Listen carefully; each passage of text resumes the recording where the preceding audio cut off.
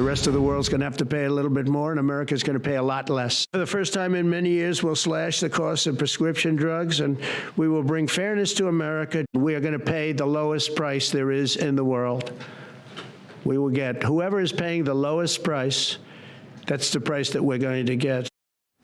President Trump announcing an historic initiative vowing to cut drug prices by up to 90% through an executive order that would equalize U.S. prices with the lowest prices paid by other developed countries.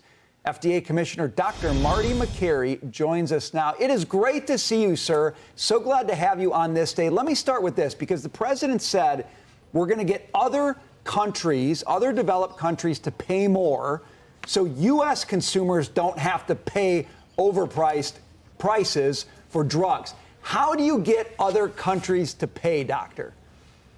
Well, Brian, great to see you. And that's right. This is a historic day in healthcare. For the first time, we're seeing somebody who's willing to take the bull by the horns right here from the White House. And so we are going to see some common sense reforms where other countries that have been getting incredible sweetheart deals where they're paying 5 or 10% of what Americans are paying for these drugs, that's going to end.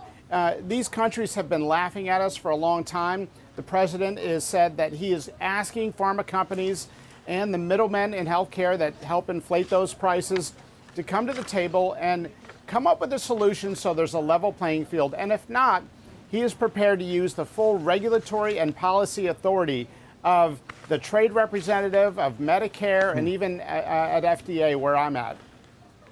Dr. Makary, Dagan McDowell, great to see you. Talk to the critics. Why won't this order from President Trump hurt research and development by pharmaceutical companies? Why won't this order hurt the development of future drugs to cure and fight cancer? Well, Dagan, we want American pharmaceutical companies to thrive, and we want pharmaceutical companies doing business in the U.S. to thrive. But it's not been a level playing field, similar to NATO and tariffs and WHO fees. These countries have been laughing at us for a long time. 70% of pharma profits come from Americans paying the bill. And the entire rest of the world contributes 30% of their profits. And that's because of this crazy outsized set of pricing. And it affects access to care.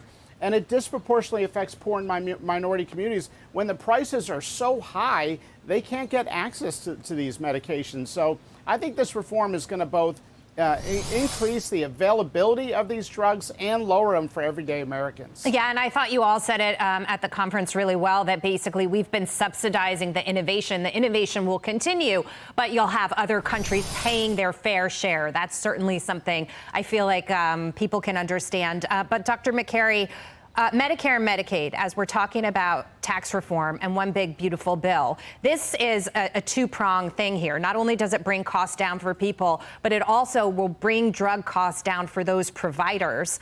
We learned over the weekend that there may not be a slash in spending there, as some want to see, but reinforcing work requirements. If you combine that with the lower drug prices, you might get to the numbers that are a little bit more, acceptable with respect to moving forward.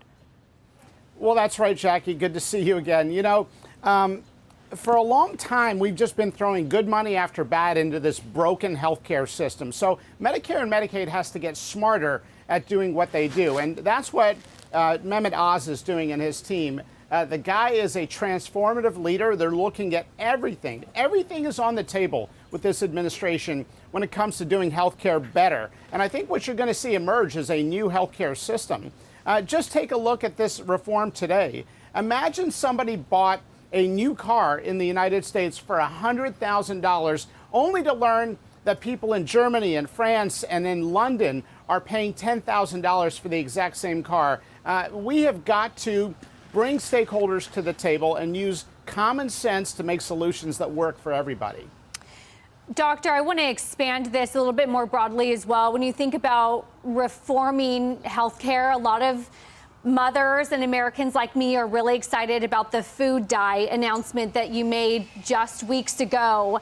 A quick anecdote, I went for my 28-week gestational diabetes test, and it had yellow dye in the glucose. And that's where I think a lot of Americans are struggling to trust the traditional medical system.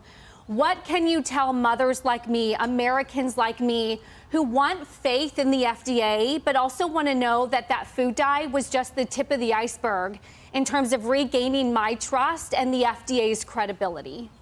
Well, look, mistrust in the medical profession is at record historic lows. 40% of Americans now say they trust doctors and hospitals. It was 71% just before the COVID pandemic. So we've got to rebuild that public trust. And at the FDA, that means putting gold standard science together with common sense. And it does not make any common sense to be giving our kids petroleum-based colored dyes. That is stopping in this administration. And we're also doing an inventory of all the concerning chemicals that are banned in Europe and in other countries that are ubiquitous in the food supply, because we cannot keep blaming kids for their illnesses. Half of American kids are sick or don't feel well. Many have diagnoses. They're on chronic medications. It's not right. It wasn't that case 2 generations ago. So we are going to stop saying that this is a willpower problem and actually look at the toxins in the food supply and deliver on that promise. And by the way, the Make America Healthy Again agenda also addresses drug prices, because the best way to lower drug prices is for Americans to stop taking drugs that we don't need. Dr. Makary, is Charles Payne. Great seeing you. Congratulations, by the way. Thank you, Charles. I love what you're saying. I love what you guys are doing. I just wonder about Congress and Republicans and Democrats, right? The establishment. So the pharmaceutical lobby spent $293 million in 2024, up from $100 million in 2000. In fact, the second closest lobby was the electronics lobby, $189 million. No one comes close to them. President Trump wanted to push something similar through in the first time around, and they crushed it. What efforts are being made to get Congress on board? It sounds like it's such a smart thing to do, and yet the smartest things to do, the most beneficial things to do to Americans are entrenched because of the forces behind them, these powerful, very wealthy forces that write big checks to our lawmakers and get away with it. Well, you're so right, Charles. A lot of politicians have talked about American patients getting the most favored nation pricing on drugs among developing wealthy countries in the world. And that's all we're asking for. We're asking for the same good price that these pharma companies offer to other wealthy countries in the world. And a lot of politicians may have sort of interest in this topic, but then they're faced with the dilemma. Do we go with where the pharma lobby is paying us, or do we go with what's right for the American consumer? And this president has shown leadership on that topic. And just so you know, at the FDA, we want American pharma companies to thrive. We are creating a more user-friendly system. We want developers and inventors to get more cures and meaningful treatments to market. But at the same time, that scientific review has got to be independent, which is why one of my first actions was to remove pharma and industry members of FDA advisory committees. We've got to protect the integrity of the process, and it gets back to public trust. Dr. Makary, one last quick one for you. If other countries won't agree to pay more for these drugs, will you use export controls to make sure they just can't get the drugs anymore? We will use every tool in the toolbox. The FDA has the authority to grant states waivers to import drugs, and we are looking at every tool in the toolbox because Americans deserve low-cost drugs. I have personally, as a surgical oncologist at Hopkins for 20 years, seen patients financially decimated. Their mortgage, their retirement, their home, everything they own, every dream in the future forfeited over the price of one drug or a hospitalization, and Americans have been getting ripped off. Medical financial toxicity is a medical complication, and so we have got to restore our oath. We didn't take an oath as doctors to heal a patient and then ruin their life financially, and we cannot let this crazy system continue to do this to American patients. FDA Commissioner Dr. Marty Makary, thank you for joining us today, sir. We really do appreciate it. Great to be with you guys. Quick thought on this. Dagan, you brought up the point of how do you make sure that research and development dollars don't dry up? That's the argument you're going to hear from conservatives. And the one way Now, this is tough to do, but the one way you can make sure that doesn't happen is if you get somebody else picking up the tab for that. That's what I hear Dr. Makary talking about, other developed countries. Right. And to Dr. Makary's point, my mother's, I think everybody who, particularly with cancer drugs, my mother had to get a charitable grant from a nonprofit to cover part of her cancer drug because my family couldn't afford it, even with the Medicare Part D. And so families go into debt to survive, literally to save someone's life. And I said this in the elevator to Charles. The argument that, the cure for cancer is now a distant reality, is no longer a reality. It's gonna go poof because of President Trump's effort to bring down drug prices when Australia pays, as he pointed out, 1/6 for the same breast cancer drug, or 1/10 in Sweden when we're paying, $14,000 for it. But here in the United States, that's not going to wash.